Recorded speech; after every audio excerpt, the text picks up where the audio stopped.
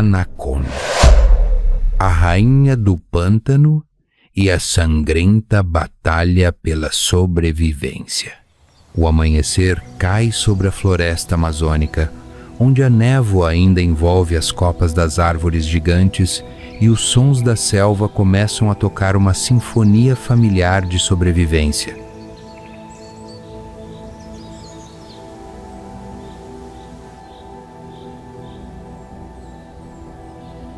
Sobe a superfície marrom turva de um rio tranquilo, uma sombra negra gigante desliza lentamente. Não é um crocodilo, nem um peixe gigante, mas uma das criaturas mais misteriosas e poderosas desta terra, a fêmea da anaconda. Ela é a personificação do poder silencioso, com quase 7 metros de comprimento e pesando mais de 100 kg, uma verdadeira rainha no coração do pântano. Sem a necessidade de rugidos ou garras, apenas com músculos salientes e habilidades de caça perfeitas, a anaconda domina as águas como um fantasma. E agora ela se prepara para entrar na fase mais importante de sua vida, a época de acasalamento. A fêmea começa a secretar feromônios, moléculas de odor poderosas, de glândulas próximas à sua cauda. Nas águas calmas, a mensagem invisível se espalha por toda parte, como um convite que agita toda a área. Em pouco tempo, machos de todos os cantos começam a chegar, seguindo o aroma sedutor. 1, 2, depois 3, 4, 5 e mais. Eles se enrolam ao redor da fêmea, competindo pela chance de acasalar. Na superfície, uma estranha massa de movimento forma o que os cientistas chamam de bola de acasalamento. Uma bola pode durar dias, até semanas. Este não é um namoro delicado, é uma batalha silenciosa. O macho usa toda a sua força para manter sua posição, empurrando o oponente para longe, enquanto a fêmea, presa no turbilhão de carne,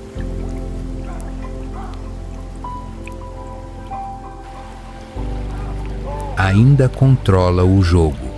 Apenas o macho mais forte e resistente é escolhido para transmitir seus genes. Quando a bola se desfaz, resta apenas um vencedor, a anaconda fêmea.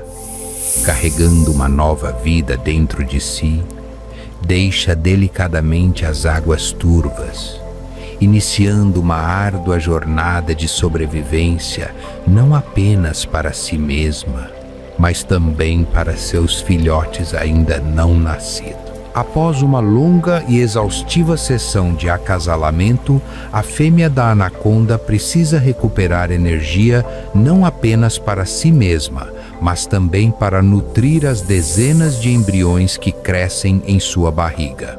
E na Amazônia, há poucas refeições mais perfeitas do que a capivara, o maior roedor do mundo.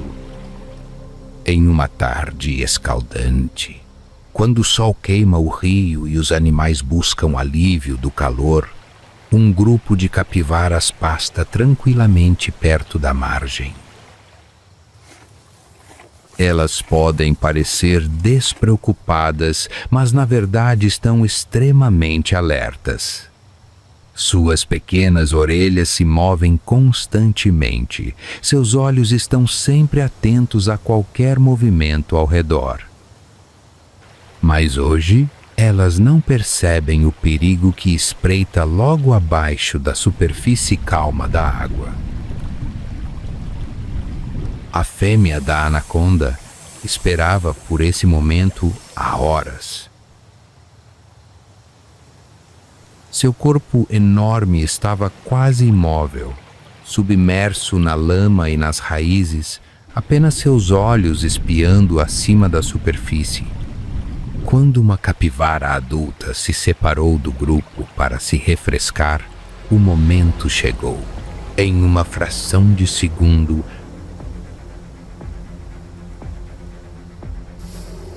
a água se rompeu. Em um segundo, a luta terminou. A cobra fêmea abriu bem as mandíbulas, engolindo a enorme refeição, pedaço por pedaço, um processo que poderia levar horas.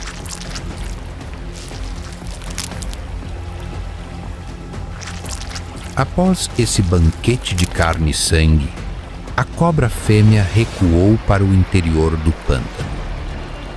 Ela não caçaria novamente por meses. Toda a sua energia agora seria dedicada a uma missão maior, a gravidez e o parto. Mas ela não estava sozinha. O rio Amazonas, a veia escura da floresta tropical, era o lar de inúmeras criaturas, de predadores de sangue frio a mestres da estratégia. Nas águas turbulentas, o guincho e o respingo da água ecoavam enquanto um grupo de lontras gigantes se movimentava.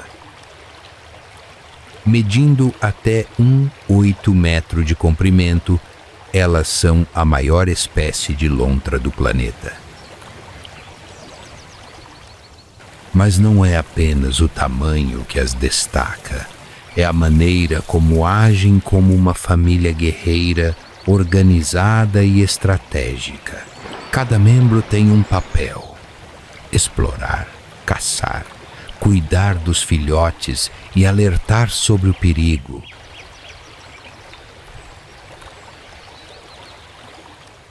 Seus chamados constantes são uma linguagem codificada, ajudando o grupo a se mover e reagir como uma unidade unificada.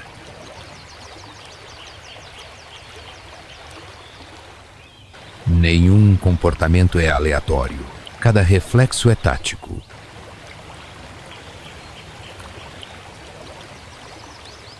No mundo repleto de predadores da Amazônia, as lontras gigantes não se acovardam.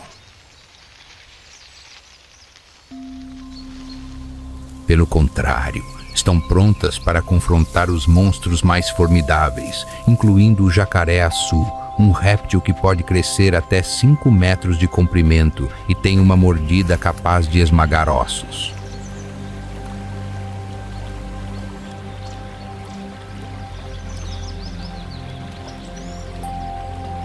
Quando um jacaré-açu entra em seu território, as lontras gigantes não fogem. Elas cercam o monstro, atacando constantemente pontos fracos como os olhos, o pescoço e o plastrão, com mordidas rápidas como um raio. Em alguns casos registrados, um grupo de lontras chegou a matar um jacaré-açu, algo que parece impossível no mundo animal.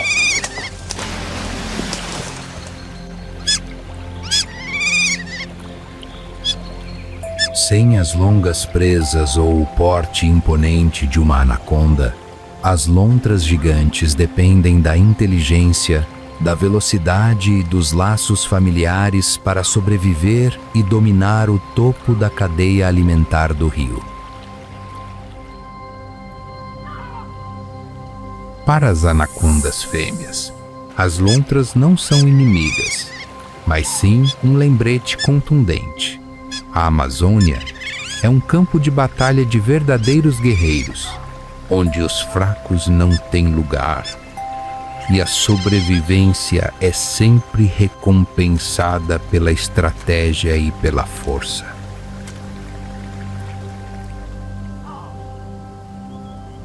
Em meio à densa copa das árvores, onde a luz do sol filtra-se apenas em tênues raios, uma criatura deslumbrante salta entre as camadas de folhas úmidas, o sapo flecha saltador da Amazônia.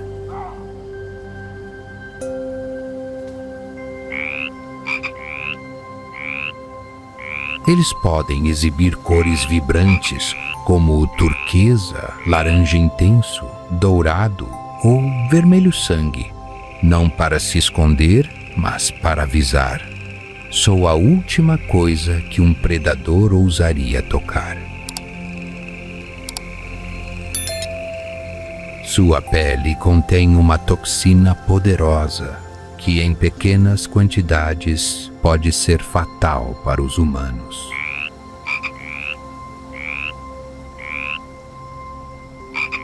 E, como o nome sugere, o sapo flecha saltador já foi usado pelos nativos da Amazônia para revestir suas flechas com uma pequena arma silenciosa e mortal.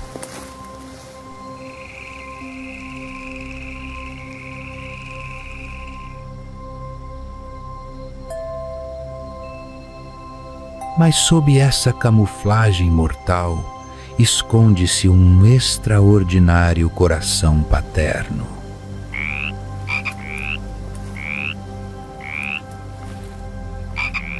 Quando os ovos eclodem em girinos, o macho gentilmente deixa cada um rastejar até suas costas, onde se agarram à sua pele venenosa ilesos.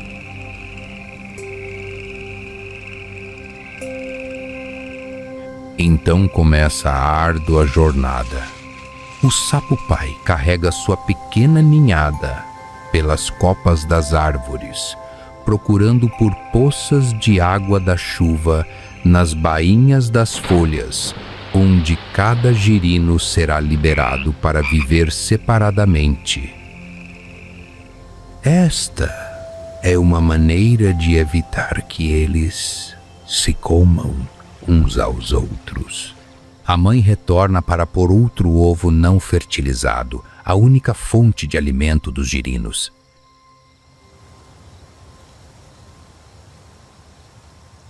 Este sacrifício dura semanas, no meio de uma floresta onde ele próprio é sempre uma presa em potencial.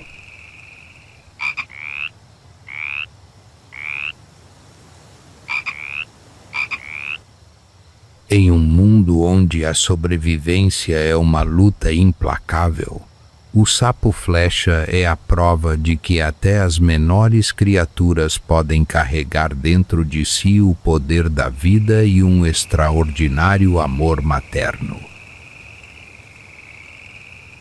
Na selva amazônica, onde cada folha pode esconder uma criatura mortal, nem toda fera é o predador mais perigoso. Às vezes, as menores criaturas, quando unidas, se tornam um pesadelo ambulante. Das profundezas escuras do subsolo, um fluxo negro começa a se espalhar. Não é água nem lama, mas formiga-soldado. Centenas de milhares, milhões de indivíduos conectados em um exército invisível, sem olhos, mas jamais perdido. Elas não constroem ninhos permanentes. Em vez disso, vivem umas sobre as outras, formando ninhos móveis que podem se deslocar a cada noite.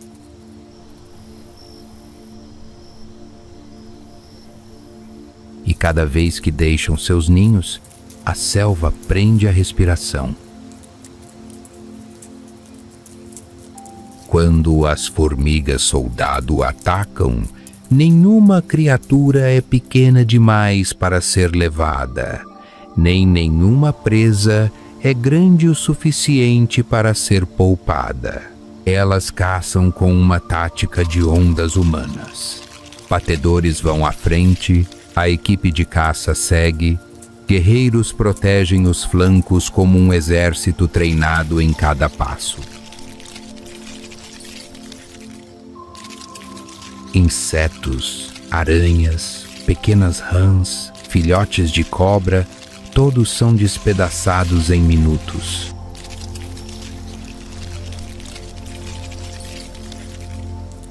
Seja rastejando no chão, agarrados a árvores ou escondidos sob a casca, as vítimas são descobertas, cercadas e manipuladas com precisão por mandíbulas afiadas como lâminas. Toda a floresta estremece de repente. Pássaros se alertam uns aos outros. Rãs venenosas sobem, até as cobras recuam. Nenhum rugido, nenhuma palavra de aviso. As formigas correição deixam para trás apenas um silêncio mortal na floresta vazia, onde todos os sinais de vida são eliminados. Elas não estão no topo da cadeia alimentar amazônica, mas são o tsunami de destruição que todas as outras criaturas aprendem a evitar, a não ousar enfrentar. No alto das copas das árvores, onde a luz penetra apenas ocasionalmente na densa folhagem, uma criatura se move tão lentamente que fica quase imóvel.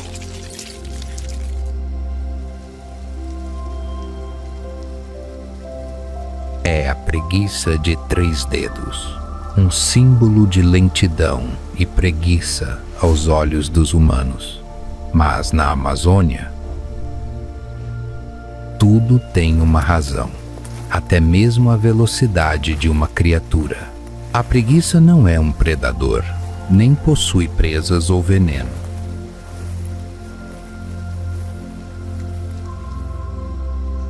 Ela se alimenta de folhas, um alimento pobre em nutrientes, o que a obriga a conservar cada gota de energia.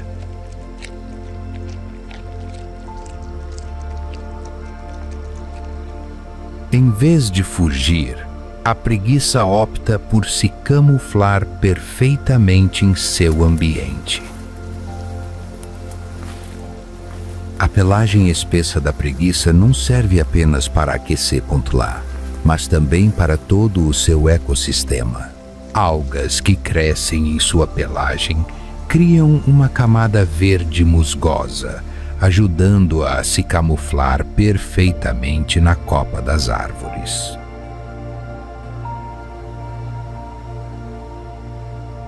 Insetos, fungos e até borboletas vivem em simbiose com sua pelagem, tornando-a parte da floresta. Embora lenta e facilmente ridicularizada, a preguiça é a prova de que a sobrevivência não depende necessariamente de força ou velocidade, mas de compreender o ambiente. Na Amazônia, ela não é guerreira nem vítima, mas mestra da adaptação, superando silenciosamente milhões de anos de evolução com sua própria serenidade. No ponto mais alto da Amazônia, 2 espécies de macacos compartilham seu território, cada uma desempenhando um papel. O bugio é um alarme vivo.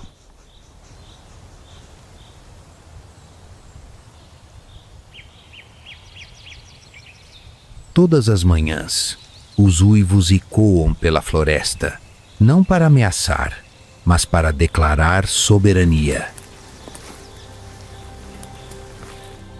Movem-se lentamente, raramente descendo ao chão, mas estão extremamente alertas. Quando há um sinal de perigo, uivam para avisar todo o grupo e toda a floresta. Em contraste, os macacos-aranha são artistas que se balançam nas árvores, com longas caudas como braços, corpos leves e flexíveis, deslizam pelos galhos como vento. Movendo-se rápida e silenciosamente, os macacos aranha evitam o perigo com velocidade e altura, em vez de confronto. Uma espécie uiva alto para proteger, a outra é silenciosa para sobreviver. Duas estratégias, um objetivo: sobreviver na floresta profunda e mortal. Quando a luz do sol filtra-se pela densa folhagem, a floresta amazônica parece despertar com uma brilhante harmonia vinda do céu, onde os pássaros se tornam as almas mais vibrantes da floresta. Araras com penas vermelhas, azuis e amarelas brilhantes voam em pares no céu. Elas não são apenas símbolos coloridos, mas também espécies altamente inteligentes com fortes laços emocionais. Casais de papagaios vivem juntos por toda a vida, chamando um ao outro com seus chamados únicos, uma linguagem secreta no ar. Mais abaixo, nas árvores, tucanos com seus bicos enormes e coloridos saltam de galho em galho. Seus bicos são grandes, mas leves, ajudando-os a alcançar os frutos que crescem no fundo das fendas das folhas e, ao mesmo tempo, espalham sementes por toda parte, jardineiros silenciosos da selva. Mais longe, minúsculos beija-flores batem suas asas centenas de vezes por segundo, pairando no ar como um milagre biológico. Eles voam para trás, circulam e encontram néctar para polinizar centenas de espécies de plantas na floresta. As asas, grandes e pequenas, carregam não apenas cor, mas vida. Cada chamado, cada batida de asas é mais um sopro da Amazônia, a floresta que nunca dorme. Ao cair da noite sobre a Amazônia, a escuridão se espalha pela copa das árvores e pela água, e um predador implacável começa a aparecer: a onça pintada. Com sua pelagem dourada salpicada de preto como a luz do sol através da copa das árvores, a onça pintada é o felino mais poderoso das Américas e uma das criaturas mais misteriosas da floresta. Sem rugir como um leão, sem correr contra o vento como um leopardo africano, a onça pintada caça suas presas em absoluto silêncio.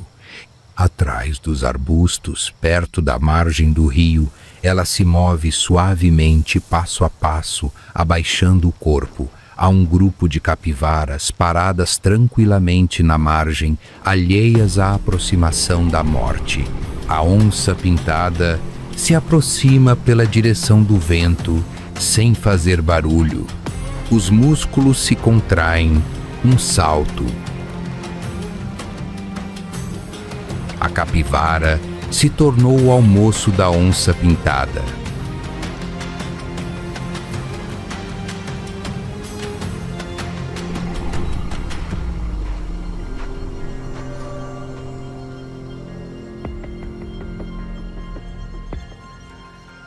Então, a onça pintada carrega o corpo da capivara para dentro dos arbustos. A sombra dourada desaparece silenciosamente como se nunca tivesse estado ali. Sem caçar, sem se mover, a fêmea da sucuri dedica toda a sua energia ao parto. Em um lamaçal úmido, dezenas de filhotes de piton, com cerca de 60 centímetros de comprimento, saem um a um, já com escamas, dentes e instintos de sobrevivência, sem alimento.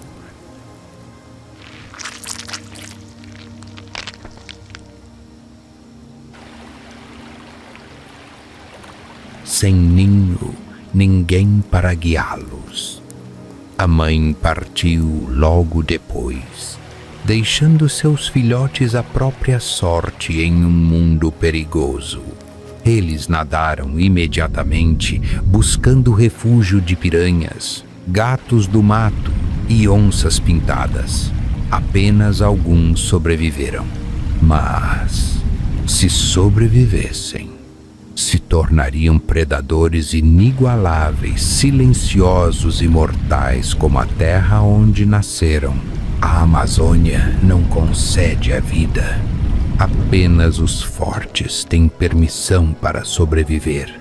No coração da Amazônia, toda vida é uma aposta. A rainha sucuri do pântano cumpriu seu papel: acasalar, dar à luz e se recolher na escuridão. Ninguém a ensinou a viver, porque a natureza não nutre, apenas seleciona. Ninguém vive para sempre. Ninguém está seguro. Mas, nesse ciclo cruel, a vida continua a florescer selvagemente, ferozmente e plenamente. Esta é a Amazônia. Este é o instinto. Esta é a vida primitiva, que não precisa de razão para existir, apenas de força suficiente para não desaparecer.